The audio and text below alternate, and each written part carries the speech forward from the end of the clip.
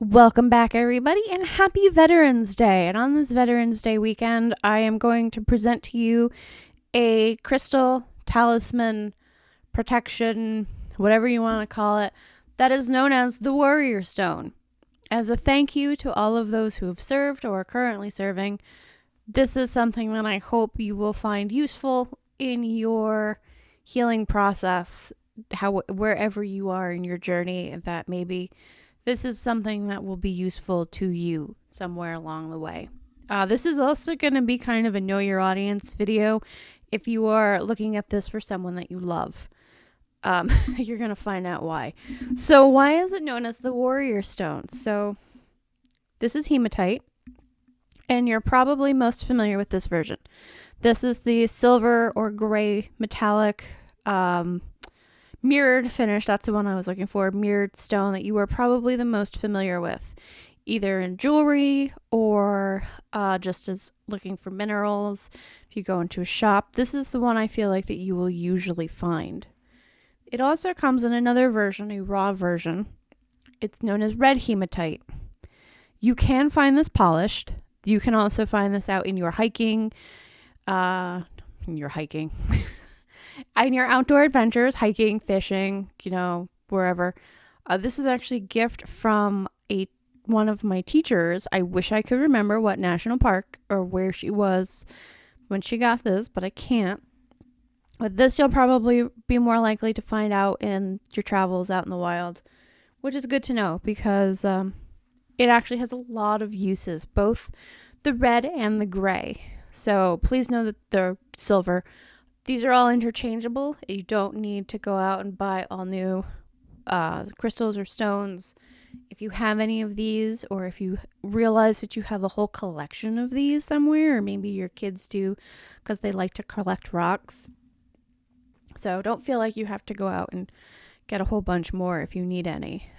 So why is it known as the Warrior Stone? This stone was thought...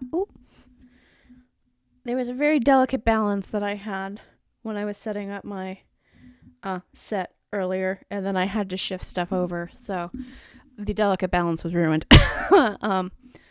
So this is known as the Warrior Stone because it was believed that carrying this into battle or having it somewhere on your armor or your weapons would protect you, and you would arrive home, or you would arrive back home safely.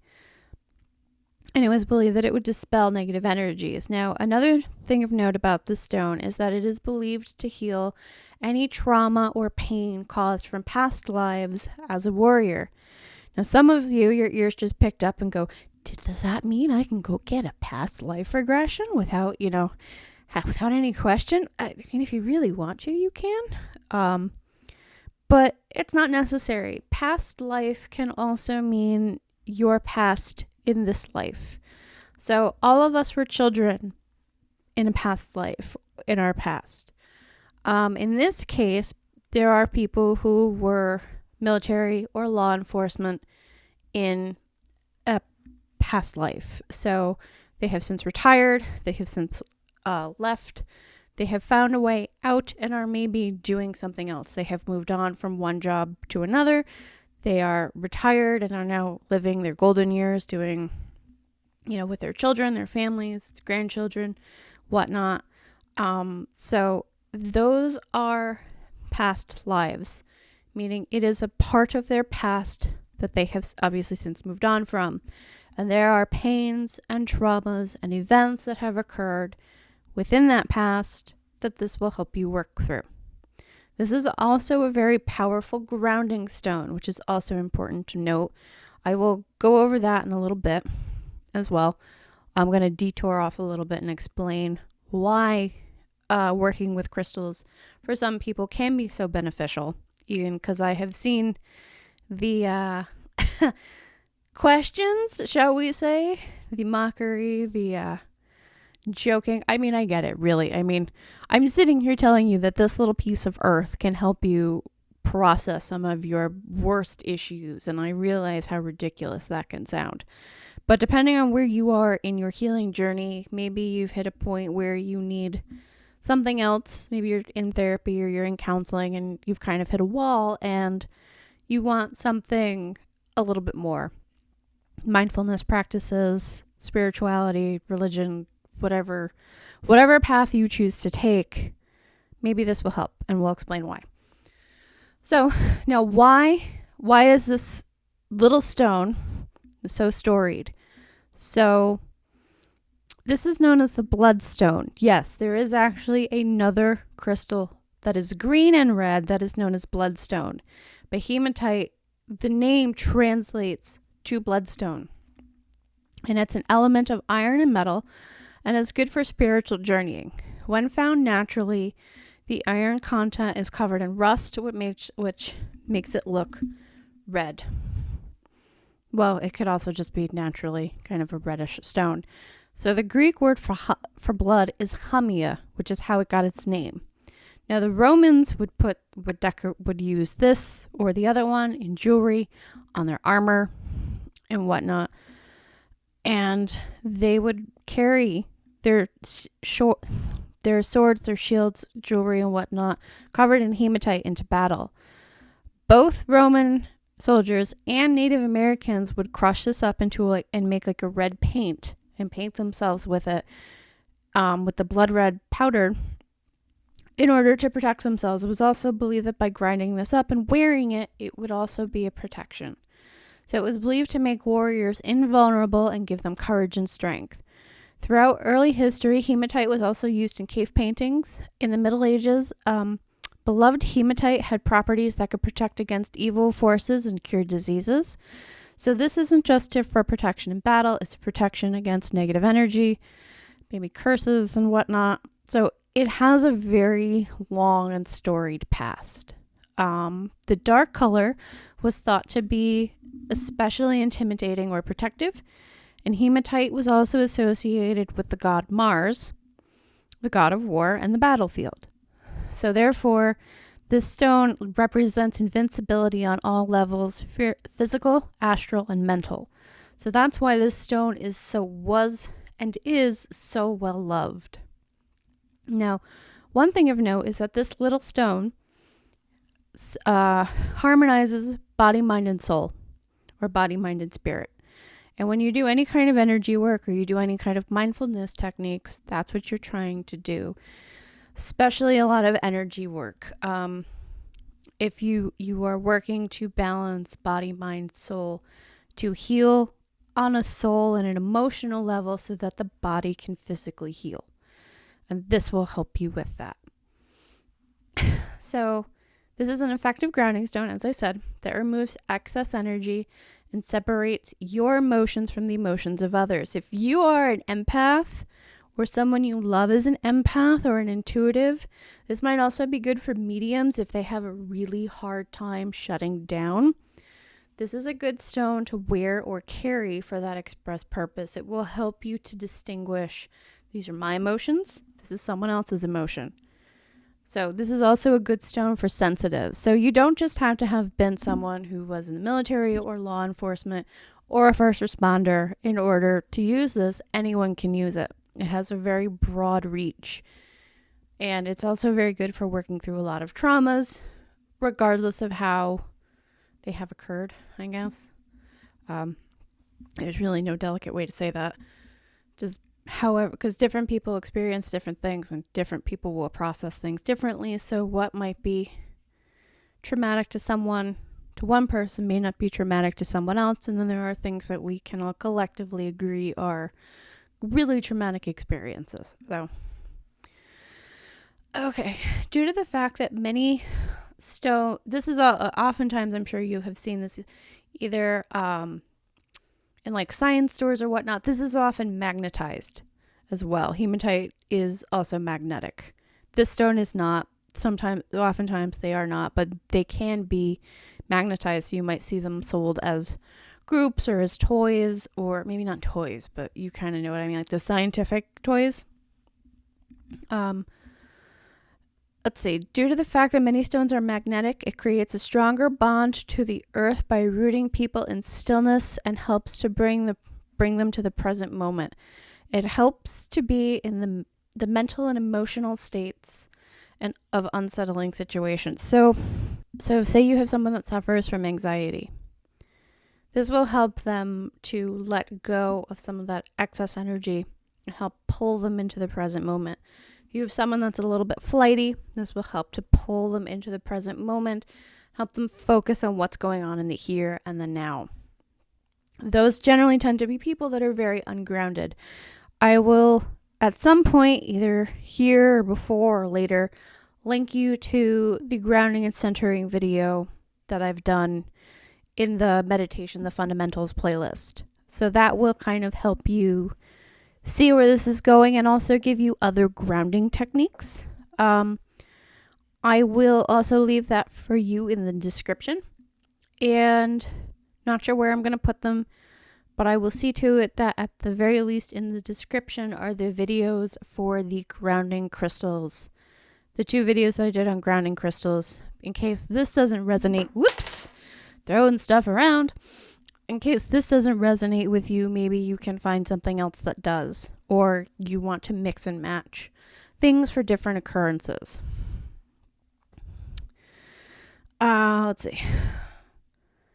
So this is really good for grounding people when they're feeling anxious, overwhelmed, and it emotionally works to reduce stress levels and balance out emotions. It enhances physical magnetism, so someone who maybe is very charismatic or magnetic might find the stone very useful. Okay. If you're someone who is more advanced, or if you are looking to use this for your journeying, if you are someone that is practicing astral projection, this is also a very good stone for helping to anchor you to your body to guide your soul back home. So this is another really good stone for spiritual journeying. And it is a strongly yang stone. You will have some stones that will balance the yin. This balances the yang, and it balances the meridians. So I don't have a picture handy. I will put one up here. I'm going to use my assistant. So you have the 7 chakras, which we will get to. And then you have these lines that travel through the body. So they run from top to bottom, and then side to side. And it's like a cycle. It's the way the chi flows through the body. And if, like, say for surgery or something, the meridians are cut, you want to find a way to heal that so that the energy flows properly again. And what the hematite does, let's see if he'll stand when I put him back. What hematite does is it balances the meridians. It helps them to heal. Or if the energy flow is not right, it will help to balance that out as well. It dissolves negativity, it protects the aura, and also keeps negative energies from entering the aura. Okay, so I'm going to kind of go off here in a little bit, and this is when I was saying, like, how can this little chunk of earth help you with all of these things? Why do people always say that I have crystals all around me? Like, this is red tiger's eye. Like, why is it that these things are useful? Like, what is the point of these? And I'm only gonna focus here on the root chakra, or that's my plan. We'll see. So you have the 7 chakras. So you have the root chakra, which is at the base of the spine. It's the genital region. You have the sacral chakra, which is in the abdomen region. So roughly where your intestines are, your belly button. You have the sacral chakra, which is around where your stomach is. It's the upper abdomen. The heart. It's the center of the chest. The throat. The third eye, which is the center of the forehead. And then the crown, which is the top of the head. So each of those chakra layers works with a layer of the aura. Now, hematite is a grounding stone, meaning it works with the root chakra. So that is the one at the base of the spine. And this is important because people that suffer from anxiety, anxiety is really the biggest thing. People that have things that are constantly breaking, money problems, car problems, this is that chakra. It's the root chakra.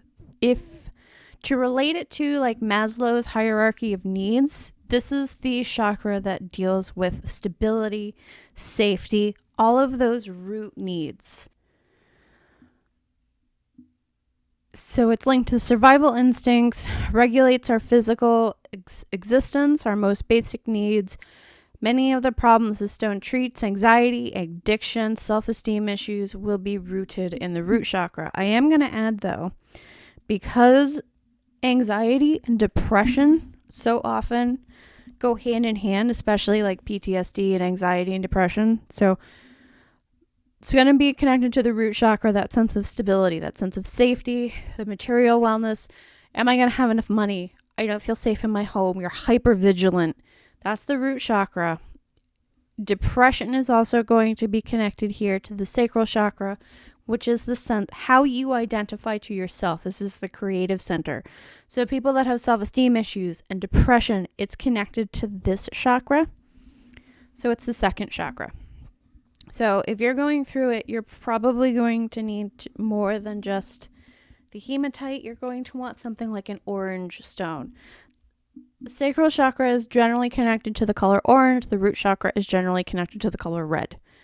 You'll notice that a lot of grounding crystals generally tend to be darker colored. They're black, they're red, they're brown. The root chakra is also known as the base chakra. So if you look up in crystal books, it will say root or base chakra. You will also see that hematite is connected to the earth chakra. The earth chakra, I'm only just going to touch on this briefly, I'm not going to dwell on it, is the 10th chakra. So when you are standing, it is a foot below you in the earth. It is a brown chakra. Both the root and earth chakra will also deal with a lot of family relationships and a lot of ancestral patterns and whatnot. Don't focus on that too much, because for the simple reason being, you need to get yourself in order before you start addressing ancestral problems. So try not to worry about that too much. I purposely tried not to dwell on that. Because you kind of want to focus on the problems on the here and the now. So if you are worried about money, if you're worried about safety, if you're hyper vigilant, worrying about, what happened to great grandpa in World War II is was not the time. Not the time. So focus on yourself, focus on what you need to heal, and then years down the road, you can probably work on addressing that. Yes, I said years. Because what hematite is going to force you to do, it's going to make you do what's known as a lot of shadow work. And shadow work is a lot of working within. And it's going to make you face a lot of internal things that maybe you had not been addressing, the root causes of and whatnot. And it's going to make you work through that. Now, depending on where you are in your journey, maybe you already started doing this, and this will just help to amplify and help you clarify some things. If you haven't started, you may want to work with this on a minimal level, because you may not be in a position or have the support system around to really go digging deep into some of those issues. That's, as always, up to you. You have to do what's best for you. So there's that. Okay. Now back to the uses for hematite, because there's still more. Oh, there's more. But wait, there's more. This is an excellent stone for accessing the subconscious, drawing attention to unfulfilled desires that may drive your life. So there are things in your life that you've wanted to do that you've put off. This will also bring them to the forefront. So that's what I'm saying. It's going to force you to address a lot of maybe unresolved issues in your own life that maybe you're ignoring. So this is going to assist you coming to terms with mistakes as learning experiences. It helps you to face the shadow side of your personality. It will boost your memory. If you suffer from inflammation, try not to use this for long periods of time. So a lot of these crystals, as much as they will work with the emotional side, they will also have physical ramifications as well. They might work for illnesses and whatnot. This works for blood problems, heart and liver problems, circulation problems. If you suffer from inflammation, this may be a stone that you may not want to work with too much. Don't believe me? Try it. See what happens. See if your inflammation really takes off and it gets really bad. Take this away from you or stop wearing it for a little while. See if it gets better. Some might say there's no correlation to that. Maybe there's not. Maybe there is. You never know. So who is this stone beneficial for? Now, I have kind of directed this at the veteran and first responder community, but really anyone can benefit from its uses. And it does have, in all the research I did, it did list some people that this would be really good for. Timid women was one that came up. I always find that kind of amusing, but I could see if you have self-esteem issues, this will help you to address them. I might also recommend something like carnelian, which is an orange stone. So if you know someone that's got self-esteem issues and depression, you're going to want an orange. I'm just going to drop that everywhere apparently. You're going to want something that's orange like this. This is carnelian. You may want something, if you want something a little bit gentler, you could try like orange calcite, or don't know how much you're going to be able to find this. If it's a little harder to find depending on where you are, orange selenite as well. Selenite has a very gentle vibration. So that's the thing, is that a lot of these stones too also operate at different frequencies, which is why they also resonate with different chakras. So yeah, timid women. It helps to boost self-esteem. And while working to help self-esteem, it will help you to manifest positive thoughts into reality. That's for anyone. It's not just the timid women. That's really for anyone. If you're working to improve your self-esteem, this will help you to kind of redirect your thoughts, because manifestation deals with your thought processes. If you have a lot of negative thoughts and negative perceptions, you're going to keep manifesting a lot more of what you've got. If you can start to focus on positive aspects, positive thoughts, which this will help you do along with other mindfulness techniques and meditations, it will help you to start manifesting your desires. It will help with willpower. This one, I'm not quite sure where this falls in. The study of mathematics and technical subjects, legal situations, compulsions, addictions, overeating, smoking, overindulgence, basically anything that can kind of lead to an addiction. This will help, because they are now finding that a lot of addictions are rooted in trauma. So if you can identify the root trauma, you can also identify the root cause of the addiction. So I feel like this, whoever wrote these books was ahead of probably a lot of therapists, because I feel like within the last maybe 5 years, they've started to make that connection, maybe a little longer. I don't know how, I don't read psychological journals. So this will help you work through both.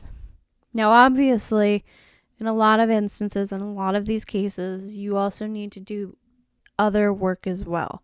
So you might need to be in therapy or in counseling or have gone through rehab, whatever it is you need to do. Maybe you need medication for the anxiety, the depression, the PTSD, whatever it is you're dealing with. Maybe you need a minor dose. Maybe you need, a more significant dosage. And this is what's helping you in that next step, that next part of the evolution to healing and to getting better. So you don't necessarily use these on your own unless you have extensive training, but these can definitely be useful in conjunction with whatever you are already doing. And it's because it's working with that chakra field. It's working with the chakras and the layers of the chakras. I believe, I couldn't find it in the book I grabbed. I think it's in another slightly more advanced model. I believe the root chakra is the closest to the skin. I think that's how it works. I think that's the one that's the closest to the skin, and then they build outward. I think, yeah, that would make sense. Because, yeah. I think that's how that works. I have to double check that. But, so each chakra layer adds to the aura, and they each control different organs and whatnot. So, different experiences, different organs. Please stand. My assistant today was actually a gift in honor of my father. I should say this, I am not a veteran. My dad is. And this was a gift from my godfather to me as a baby. And I have had him ever since. I don't remember how old I was when I got him. So, the funny thing is, as a child, I never noticed this, but he has a little airborne tag. My dad was not airborne. My dad was not airborne. He was an engineer.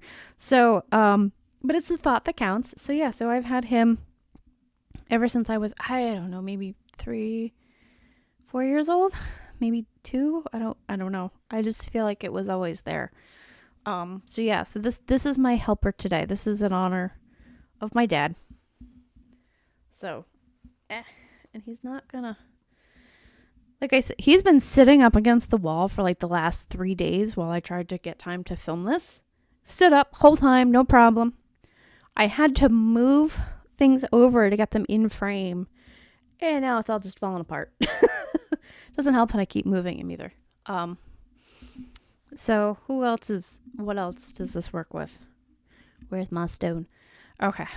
So stress, overeating, smoking, overindulgence, stress, hysteria, inflammation, courage, hemorrhaging, formation of red blood cells, regulating iron absorption, circulatory problems, Raynaud's disease, anemia, kidney problems, regeneration of tissues, leg cramps, nerve disorders, insomnia, spinal alignment, fractures, aids in concentration and communication, along the lines of public speaking and written projects. So it's really weird because when I specifically looked up what chakra this worked for, it said root or base and earth chakra. Some of the things that are listed here are for the sacral chakra or the throat chakra. So if you have someone that absolutely hates public speaking or has to do a lot of writing, this is a good stone. You can also pair it with this. This is lapis. So this is a really great stone for the throat chakra and for communication, especially for public speakers. So you can put these, sure, keep trying to slide away. You can put them together. You can also find hematite in male and female jewelry. I know lapis comes in a lot of female jewelry because this is also a gemstone. I don't know if I've ever seen it for men. So you can definitely look and see if it comes up men's jewelry. I feel like a lot of time hematite is paired with golden tiger's eye. So you might be able to find that. So you may have to put together like a little pouch for your loved one or whoever. If you're doing this for yourself, then you can build up your own little collection of stones that resonate with you. You know, don't just because things pop up in videos, you have to do what works with you, works for you, what you're called to.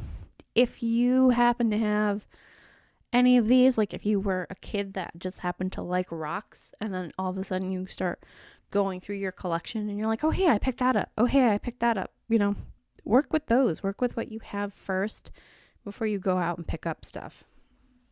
That's also why I said know your audience, because traditionally,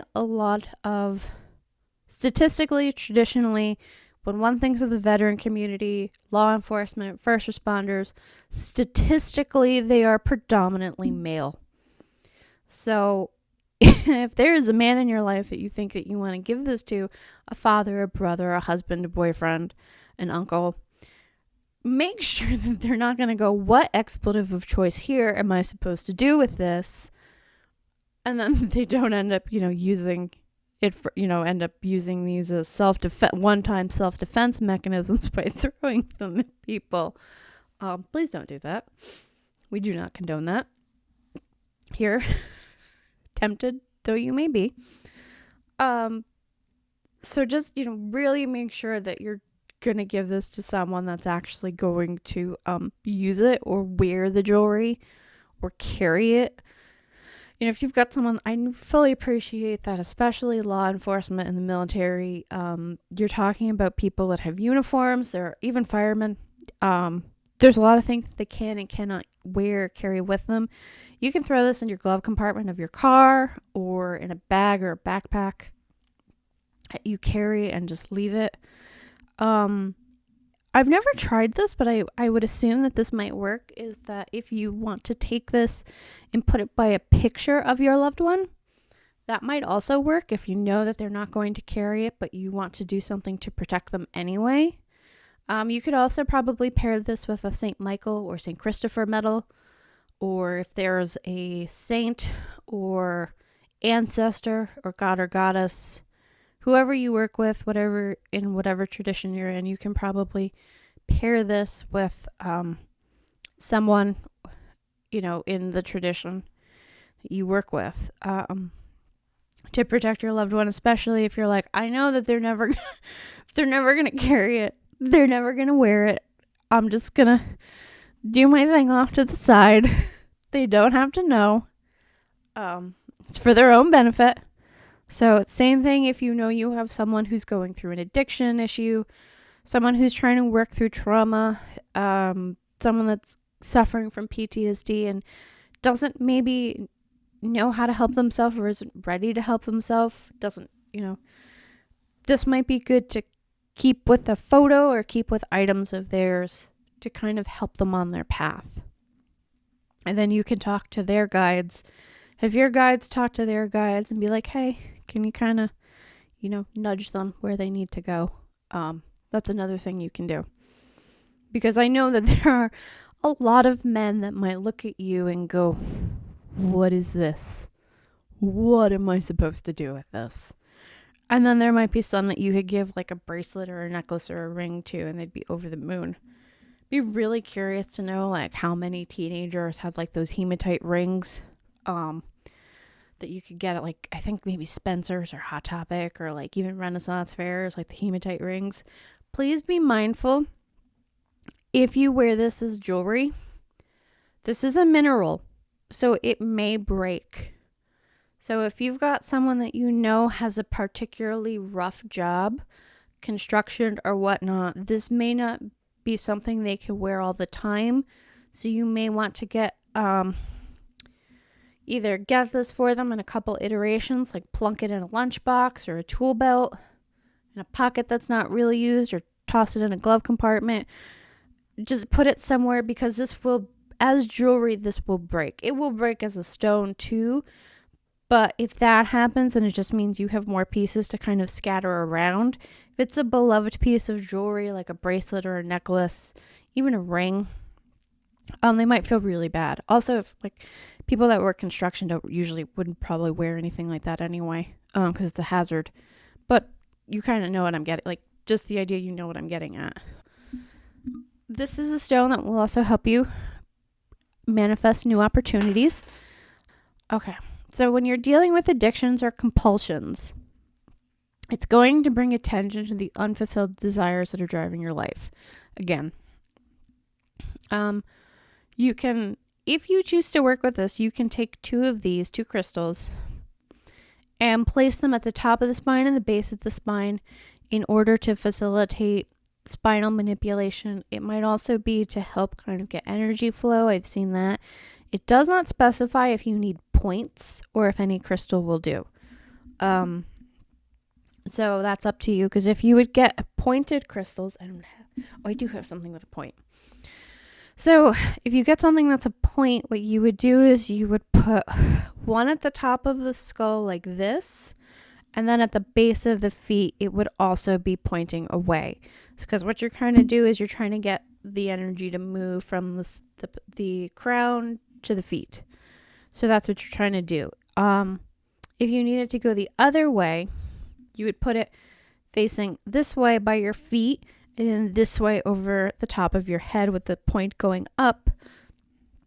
And then what it's going to do is it's going to pull the energy up from the feet out to the crown. So that's, you might have to figure out what you best need, because it depends on what you need that will determine how you do that.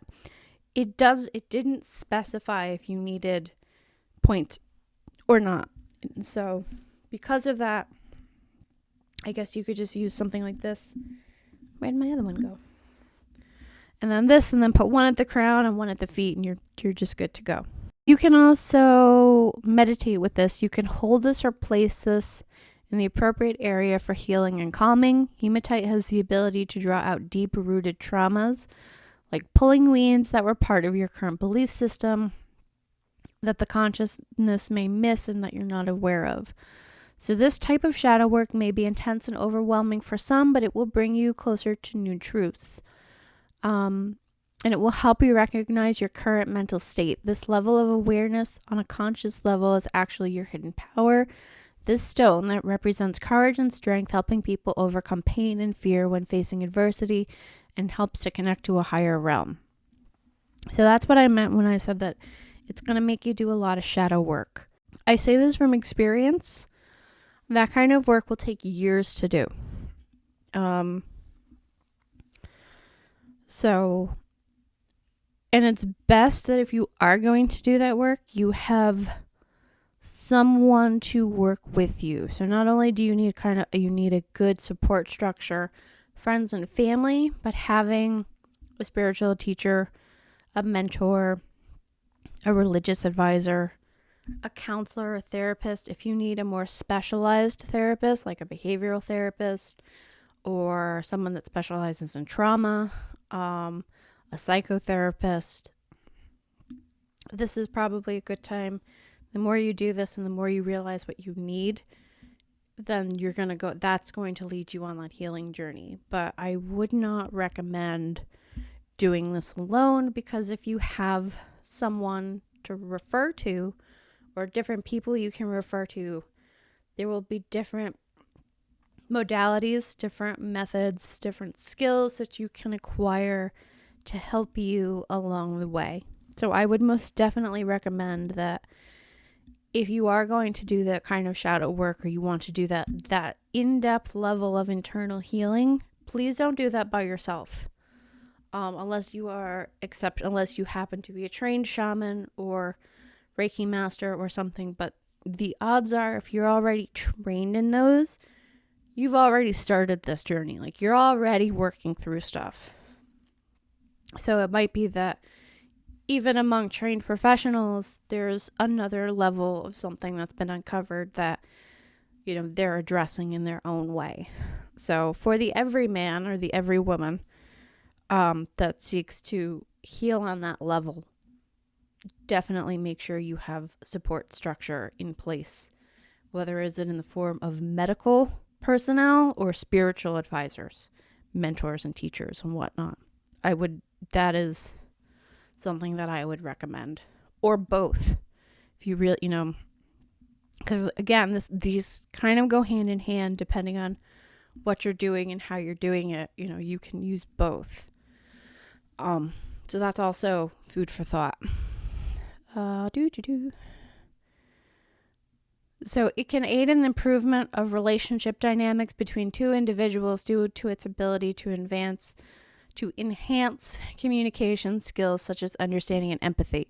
So this connects to the fact where the root chakra deals with relationships, family, and whatnot. Romantic relationships generally tend to be the more heart chakra based. So if you want to pair, I didn't think to grab it. If you want to pair this bloodstone with the green bloodstone, that is also a grounding crystal from the 7 most common grounding crystals, you can pair these together, and that will really help you to repair a lot of those relational bonds, family and romantic. It will also help you to heal your heart as well. So if you have found that you are very closed off or afraid, you've been hurt in the past, that will help you to open yourself back up. This is a very nurturing stone for a gradual path of spiritual and emotional evolution without causing too much shock or stress. Ideal for those who wish to heal through confronting their past slowly and gently. Now, the reason why I said before, if you wanted to, if you found a lot of this in your travels, your kids collect it, you collect it, you really like it, you can also use this to protect your home. So for use in the home, it dispels negativity. You put it by the doors and windows to keep out negative energy. If you live in a city, or say you live in an apartment building or like a townhouse and you have shared walls, putting this around will also help you keep out the vibration from the city, but also from your neighbors. So that nosy neighbor who's always up in your business, start putting this around and it will slowly dissipate some of the issues that you might be having. Because what it's going to do is it's going to block the negative energy from coming in. So if you live in a city, to keep out vibrations, if the energy of the house feels wrong, put this around. If there are traumatic memories that haunt the house, hematite will push out such energies. So you move into a house and you happen to find out there was a vicious crime that was committed there. Definitely have the house cleansed. But yeah, have your house cleansed. You can try saging it, or you can reach out to someone that actually knows how to cleanse a house, or someone who knows psychopomp to make sure that there are no dead hanging around that don't belong there, and they will get rid of them. You can also, but if you're not sure how to go about that, you can start with this to put this around doors and windows, and it will push that energy out. If you feel like it's not strong enough, I would most definitely recommend either saging or reaching out and try to find someone that knows how to cleanse houses and start there. Or have a house blessing. If you would prefer, go through your church or your synagogue or mosque, see if you can have a holy person come in and bless the house, you can do that. Like I know how to cleanse houses. So, like, you could have someone like me do it. Some Reiki masters know how to cleanse houses. Some do, some don't. Depends on their training. Shamans will go through and cleanse houses. They'll help cleanse the land. So it just depends on where you want to start, how you want to take care of it. If it's not so traumatic an event, but the house just feels funny. Like you're like, this is a really nice house, but something doesn't feel quite right. Like you move in and you're like, you could also put this around.